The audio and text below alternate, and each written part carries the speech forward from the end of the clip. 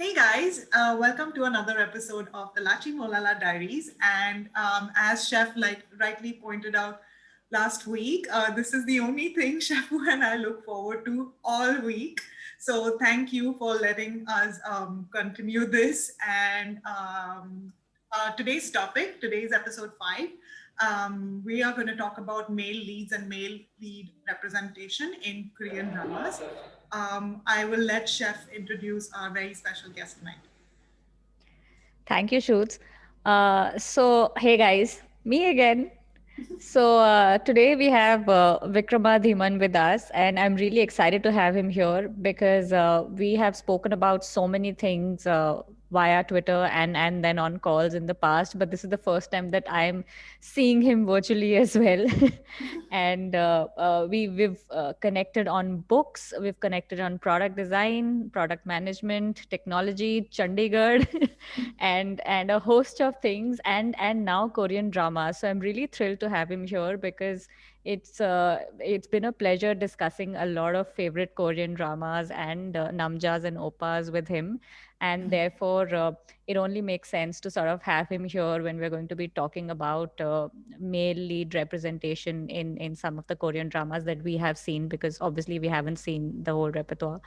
I really want to start off by asking you, Vikrama, how did you get into watching Korean dramas? Yeah, Yobisio, I I started off with K dramas quite accidentally. So my brother was a big K drama fan. He also discovered it quite accidentally because he's primarily a gamer, PlayStation and Xbox, and somehow those people bonded over a few Korean movies, and that went into K dramas. And I saw him seeing The Legend of Blue Sea. He got over it quite quickly, but I liked the feel of it a lot. And Yeah. that's how I started watching it, and I just got hooked. And but it was quite difficult to get hold of the K dramas. But then Netflix started showing a lot of Korean dramas in India as well. So that's how I got hooked. So the Legend of Blue Sea is the reason why I got hooked. And Nice. you were telling me earlier, you also found a community very quickly thereon, right? Where now you have a lot of people that you discuss. Tell me a little bit about that. Tell us a little bit about that. How did that happen and how's that going? Yeah, I think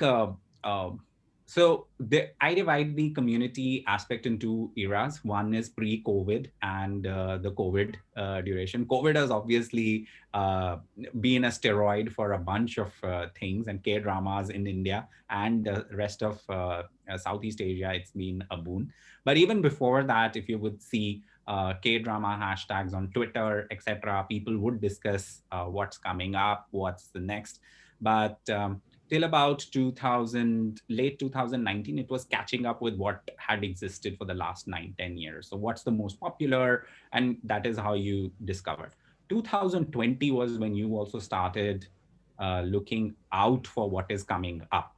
And I work with Gojek. So Gojek is a Southeast Asian a technology company. It's one of the biggest companies in Southeast Asia, that is Indonesia, Thailand, Singapore. And K dramas is one of the things which bonds all of us in our town halls, etc. People are talking about startup, people are talking about Crash Landing on You and other series. And in our weekly sync up of all product managers, we talk about, okay, what's the drama that you are watching, what's the drama that I'm watching, and so on.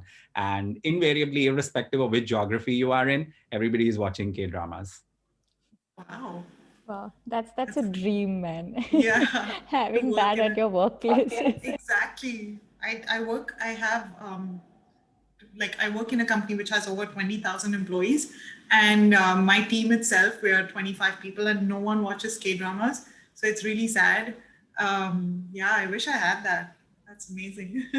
I'm jealous. I have actually somebody from another vertical within my organization, and they were into K dramas. And when I discovered that, we sort of started discussing it, and then eventually we got a third person, who was a part of the group, into it as well.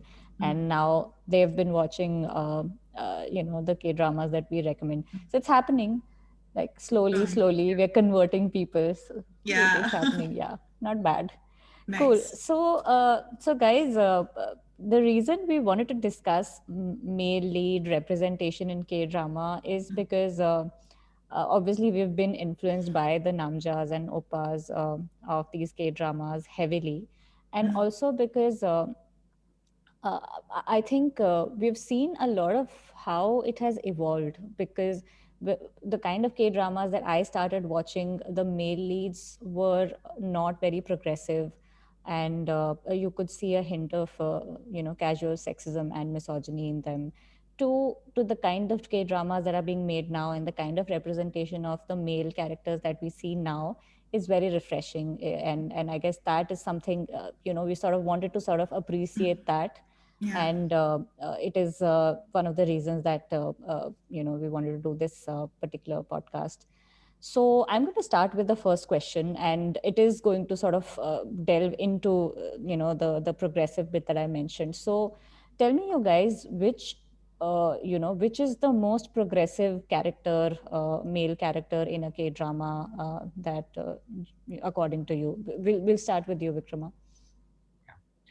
Uh, I think in some ways, progressiveness and regressiveness can exist at the same time in the same character and the same individual. Like on some things you may be very progressive, but on some things you're like highly regressive. And Yeah. if you will see the overall Korean male representation, whether it is in music, whether it is in as a model, or it is in K dramas, you will see there have been ahead of the curve in defining standards for male beauty, in being even more than metrosexual. A lot of them, it's very obvious they use lipsticks. It's very obvious that they use foundation and so on. And yet at the same time, they will also, there will be times, at least once or twice in an entire series, there will be times when the male lead will see some kind of an affection from the same sex, okay? And that's only likely very friendly, like somebody junior or so on, and Yeah. they will make a point of like abhorring it and making it a point that no, I'm straight, no, Yeah. I I don't indulge in this, and so on, the kind which you actually see in used to see in Bollywood movies earlier on Yeah. as well. And Yeah. and that still exists. So and that has continued, and that's where and second thing is, they, despite them being very international, they haven't yet focused on bringing in the other nationalities which exist in Seoul, because Seoul is a very multicultural city as well. And that's where I think Itaewon Class as a series has done really, really well Yeah. in those two aspects. And to use a word which is getting abused a lot these days, which is being woke.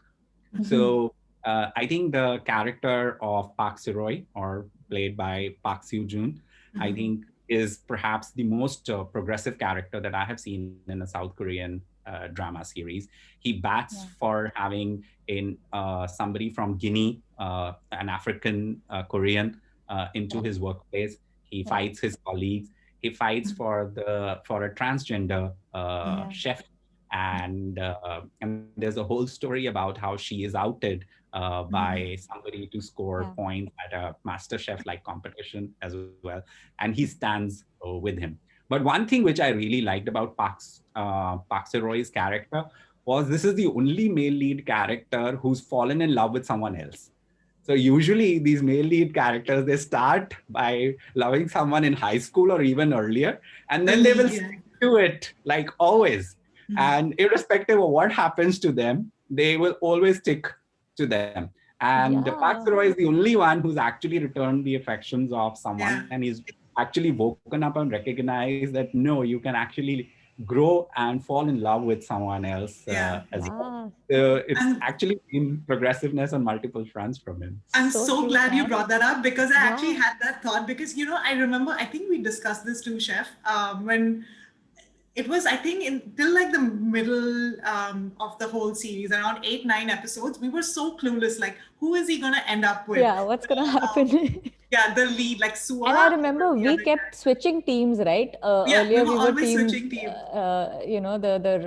the brash girl, the spunky Yeah, the girl. Then we badass. became, Yeah. yeah, So I remember this, and I thought of yeah. this like, okay, somehow I have a feeling he's gonna end up with the second, I remember, yeah, I remember you yeah, kept saying that, and I kept yeah, saying that I want that to happen, but yeah. given the way Korean dramas go, it may not It will happen. be So Sua. yeah, Yeah, yeah, rightly pointed. yeah. Yeah, I guess that's the best answer. I don't even know why we're sure anymore. Do you have a better progressive character answer, Shoots? Absolutely. No, well, it's not better, but Yeah, there's no hopefully, competition, I guess. yeah. Hopefully, it'll match up to Vikrama's answer. So my favorite progressive character is Madhav Punim from Because This Is My First Life. Have you seen that show, Vikrama? I've seen it in parts. Like I haven't fully seen it, but Okay. yeah. Yeah, I hope you watch it. It's one of my most favorite shows ever, like definitely top three. So yeah, Madhav Punim is super woke, super progressive. Like he doesn't mind being the softy, sensitive one in the relationship. He lets, that's a, well, that's, I don't think I should say he lets her do whatever she wants, but he's okay with being the less macho one in the relationship. He's okay with signing a contract with Suji, and just letting her be. And yeah, I don't know how to describe. He's just It's a he's feeling. huh? Yeah, It's a feeling. पूरी वो feel आती है when he gets like really sensitive about, very emotional about little things.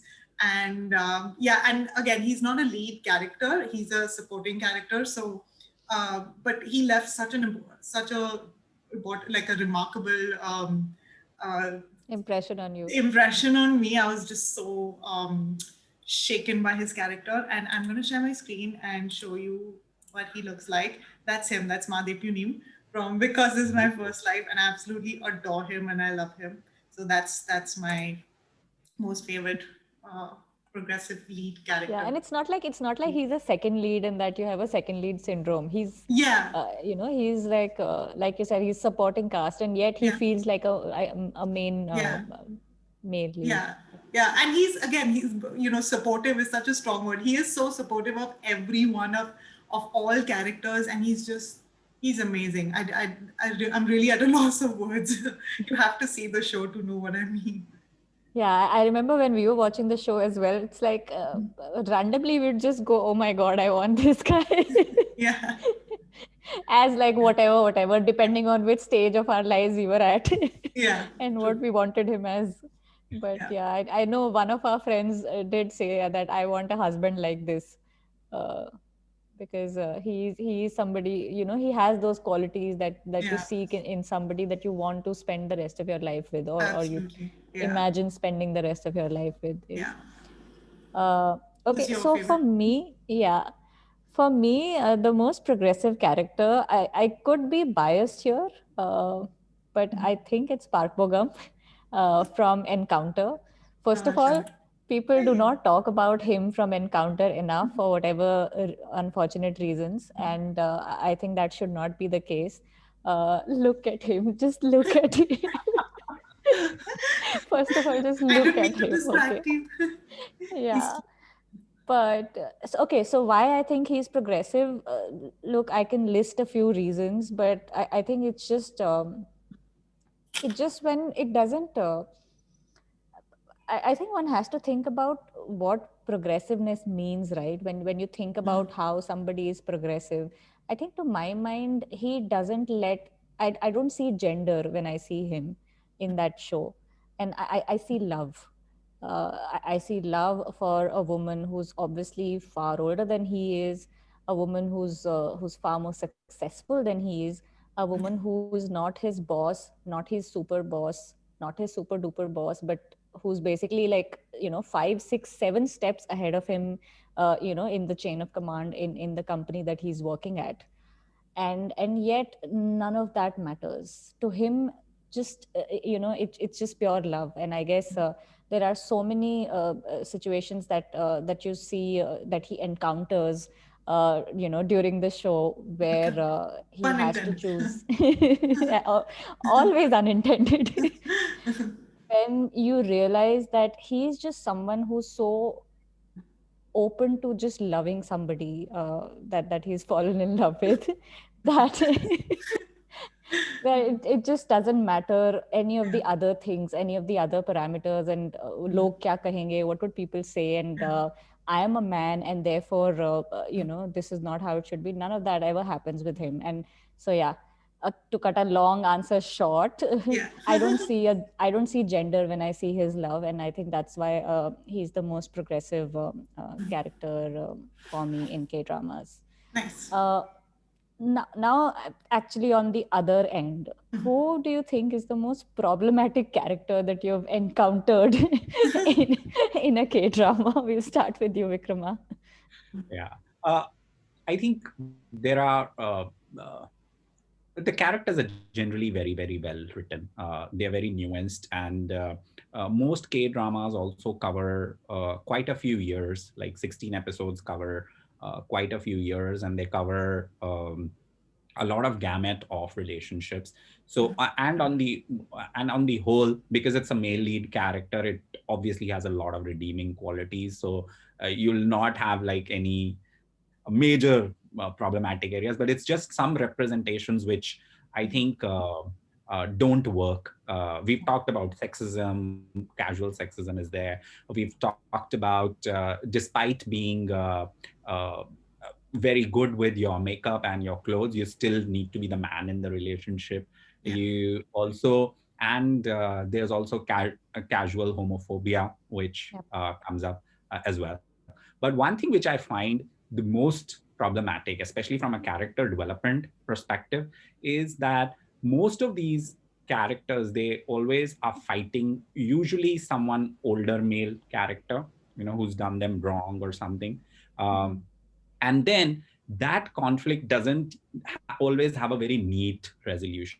It's almost that the senior male lead character or the senior female lead character will always apologize or find a way, or tone down their aggression a bit, and then all is good enough. So that never really closes. And if you will see that, whether it was in Pinocchio or whether any series, if you will pick, like, they don't really go and avenge. They don't really go and show their anger. They will not go and complete that story arc. That for me is the more problematic piece, because your entire life you were chasing something, and it's not like you suddenly became like Buddha sitting under a meditation tree or something. It's just that you just lost track of it.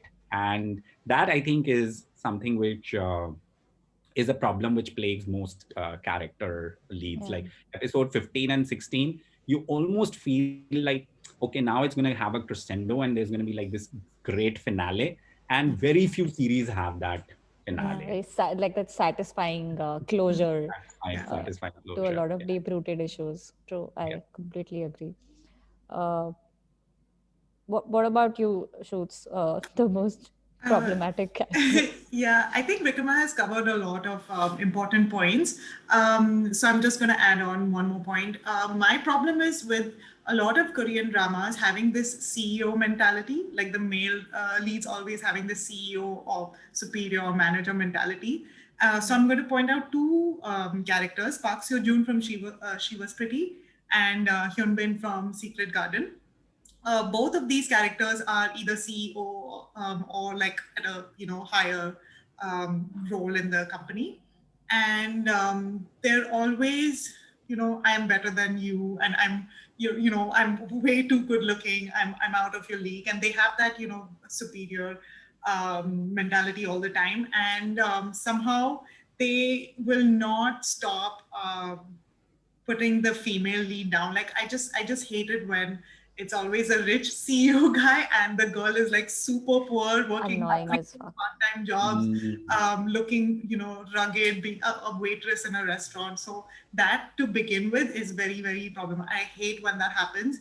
And like Vikrama pointed, right, till the 15th, 16th episode, it's still always, you must be so shocked, like someone as successful as me has fallen in love with you, right? Deigned to love you. Yeah, decided to love you. Like, can you even imagine your luck, right? So when that comes across, it's very annoying. So yeah, I just wanted to highlight these two characters from these shows.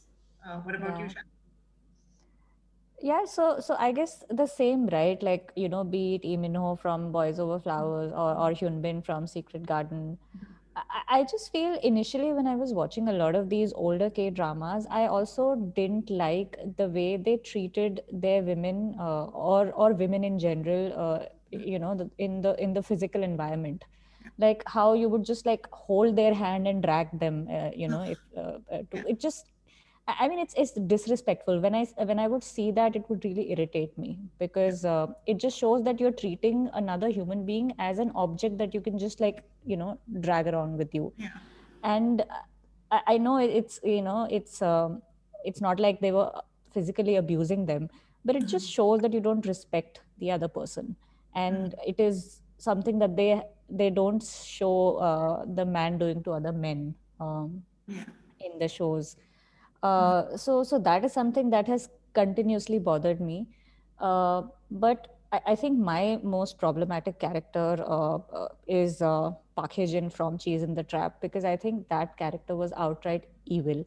They tried psychopathic. to, Yeah, yeah, I mean, it was so disturbing just seeing that, because this guy is so vengeful, and the way he goes about doing that to everybody, and it eventually harms the girl that he loves all the time. And I don't understand how they were able to kind of justify it in the end, saying that, oh, when he was younger he had heard something and therefore he misunderstood everybody, he had trust issues. I'm sorry, he was just pure outright evil, yeah, and he was sadistic. yeah, This was a sadistic lead, and that's what it was. And it gave me a lot of anxiety, because I have been somewhat with somebody like that in the past, and it just like triggered all of that with me, where people are like, I wanted to do this to this person to make a point. yeah, When people are like that, it's not love, it's all competition, it's all proving yeah. myself to the other person. So he had a lot of that, and that is something that I have a lot of problems with. But like I said, it is great that the recent leads that we see, male leads that we see these days, do not have a lot of these issues, and shows to more characters like Park Seroy, which is Park Sejun in Itaewon Class. Let's then actually talk about characters who have had that, who had covered that journey. Characters who have evolved a lot during the course of a show. Vikrama, who's your pick?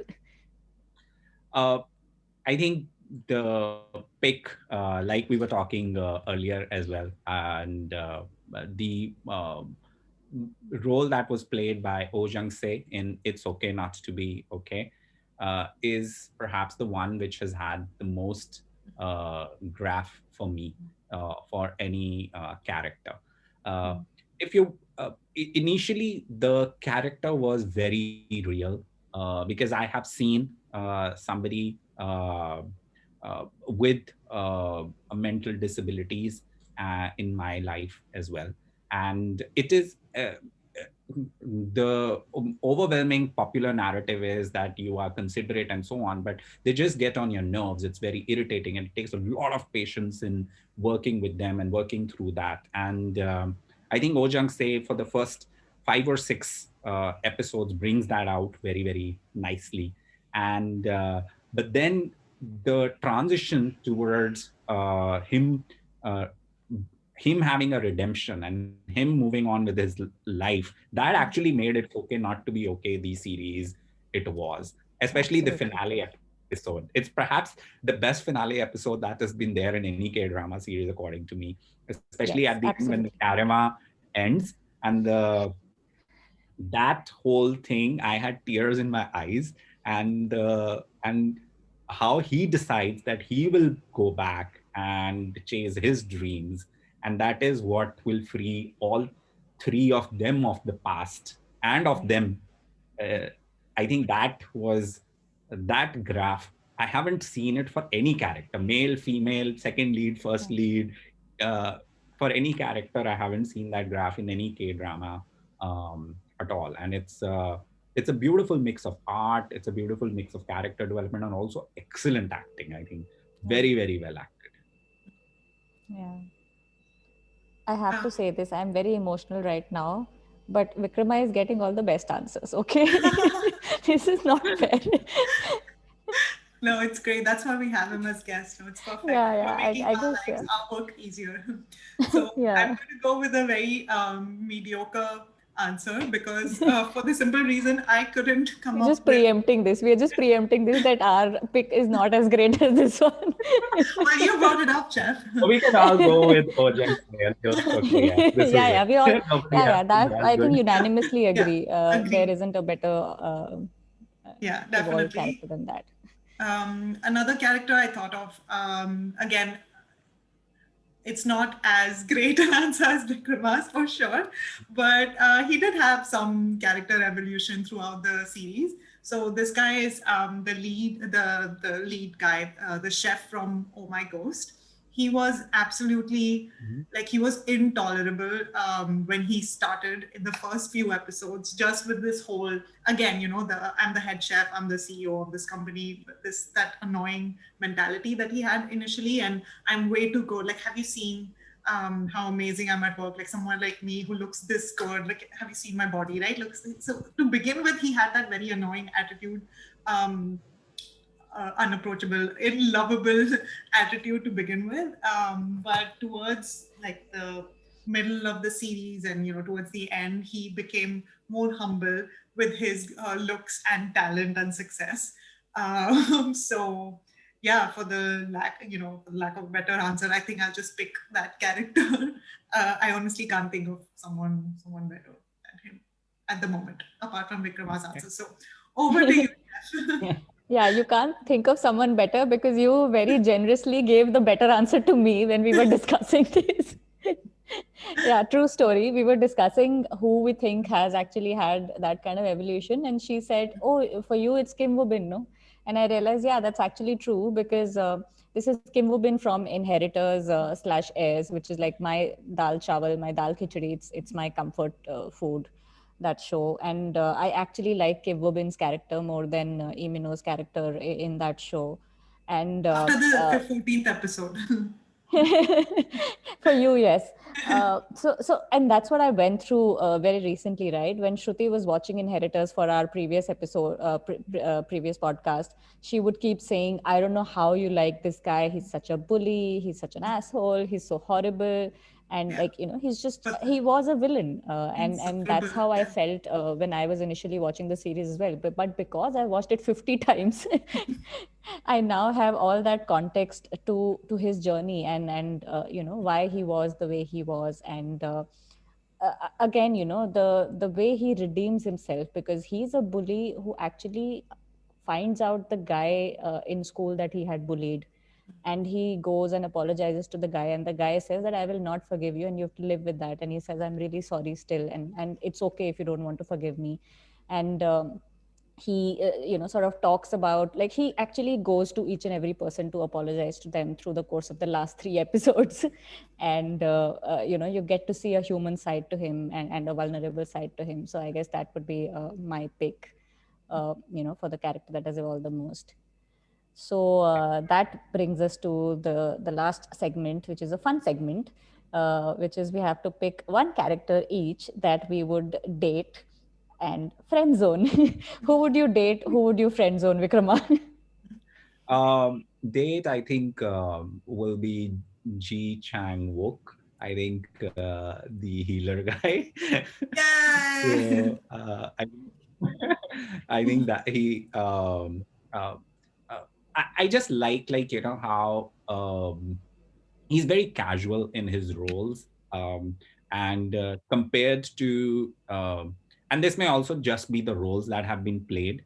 They are very heroic roles that he plays. Like this is the traditional male, anti-terrorist squad, or like a cool assassin. Like, he gets like these very sexy roles to play.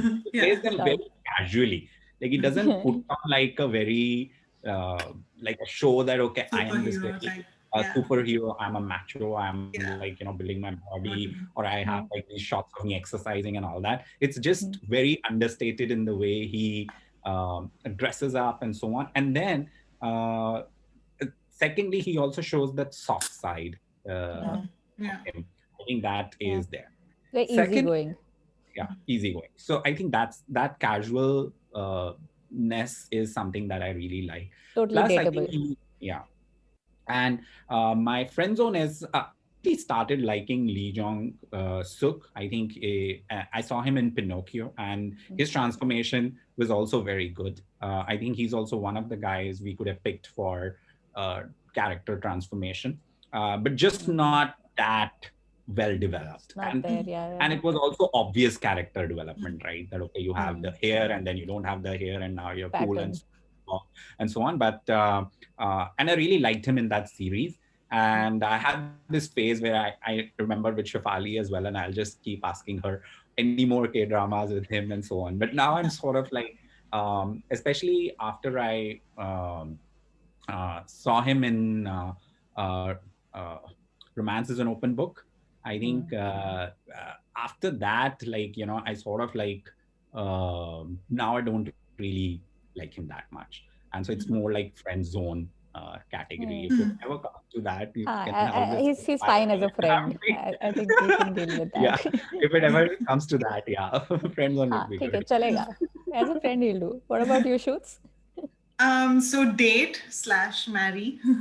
I want to date Jung Hae from One Spring Night. He is one of my most favorite characters ever, because just the way how communicative he is as a boyfriend or husband or father or friend even, and that's like, he has all the qualities I look for in a person I want to be with. So definitely Jung Hae from One Spring Night. Vikrama, I hope again you have seen that show. That's again one other, you've seen it. Okay, great. I keep recommending that show to everyone. Yeah, that's her mission. And friend zone, again, this, I know friend zone has a very negative connotation in the sense that, I'm too good for you, so I don't have feelings for you that way, so I want to be your friend instead. I don't mean, when I say I want to friend zone Park Hyun-sik from Strong Woman Do Bong Soon, I don't want to friend zone him in that context, but what I mean is, I really want a friend like him in my life, because he's just someone who can bring you out of sadness and just make you feel good about yourself. And he's just such a great character. He's so funny. So yeah, I would friend zone / want to be friends with for the rest of my life Park Hyun-sik from Strong Woman Do Bong Soon. Nice, I like. So I'll actually start with the one I would friend zone, because like you said, I think for me, friendship is extremely important. In fact, there are times when I've had this conversation with somebody where, there was a spark, maybe there wasn't a spark, but I didn't want to risk losing a friendship because, love changes and then it becomes bitter and then it becomes sad. It's a lot. I'd rather have a friend. And work on that friendship and have that friend to sort of go back to. So my pick for friend zoning would be Park Seo-joon from Itaewon Class. Cannot have a better friend that mujhe chahiye. I want that guy as my friend. He has to be my go-to person. He's my 3 a.m. person, the shoulder to cry on. I want Park Seo-joon to be that for me. So friend zoning him for sure. I actually want him as a boss. I hope my boss is not seeing this, but I always wanted a boss like Park Seo-joon. Park Seo-joon from Itaewon Class. We'll boss zone him as boss well. Zone him. Boss zone. He's boss zoned and friend zoned and all that.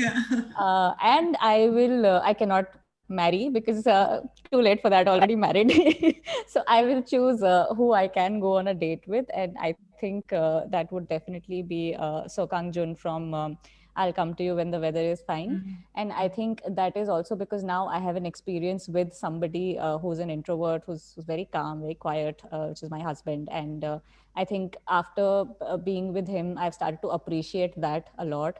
And I find that very endearing in people. And that quiet, silent, not showing your love but loving. It's something that you see in Seo Kang Jun from I'll Come to You When the Weather Is Fine. So yes, date with him. Nice. Very nice. Love it. So I'll actually change my friend zone answer to Park Saroy as well, because if I ever go to Seoul, I will go and stay in Itaewon, and it's perfect. Yeah, Eat Hatter's Bar. I see. No, I forgot what it was called. I Yeah, see, no? Yeah. I see. Thambam. Hammam is Yeah. the Thambam, pub. Thambam, Yeah, the yeah. restaurant pub. Yeah. Yeah. Nice.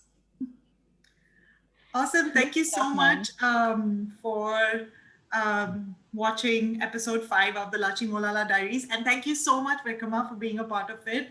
Yeah. We loved all of your answers. I mean, yeah, you took the best answers in every segment, but Yeah. as gracious hosts, we'll just we'll take that. I'm actually fine with it. It just means like our work has become easier. So yeah, I'm really happy with it. I'm so episode glad the episode became like 10 notches better because of that. Yeah. I think you just brought a lot of quality conversation, made us introspect on a lot of things. I think it's yeah. Yeah, thank you so much for having me here. I was very nervous, and I hope the K-drama purists are not offended at some of our comments. And let's keep spreading the K love. Yes. Well, thank you. All right then. Bye-bye. Bye.